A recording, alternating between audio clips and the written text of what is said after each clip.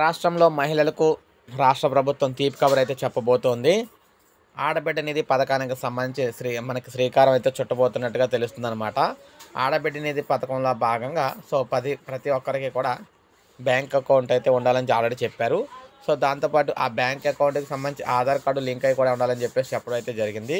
ఈ పథకం ఎంతో ప్రతిష్టాత్మక పథకం అనమాట. ఎందుకంటే మహిళలకు సంబంధించి నేరుగా ప్రతి నెల రూ. 1,500 అయితే వారి ఖాతాలకైతే జమ అవుతాయి కదా!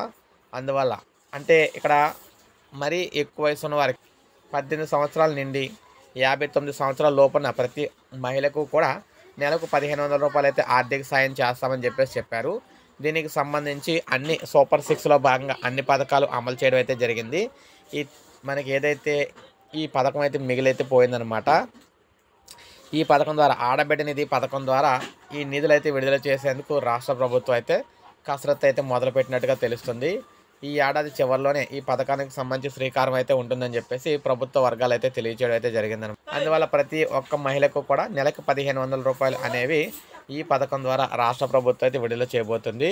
దీనికి సంబంధించి కసరత్తు విధి విధానాలు అయితే తయారు చేస్తూ ఉంది అధికార యంత్రాంగం.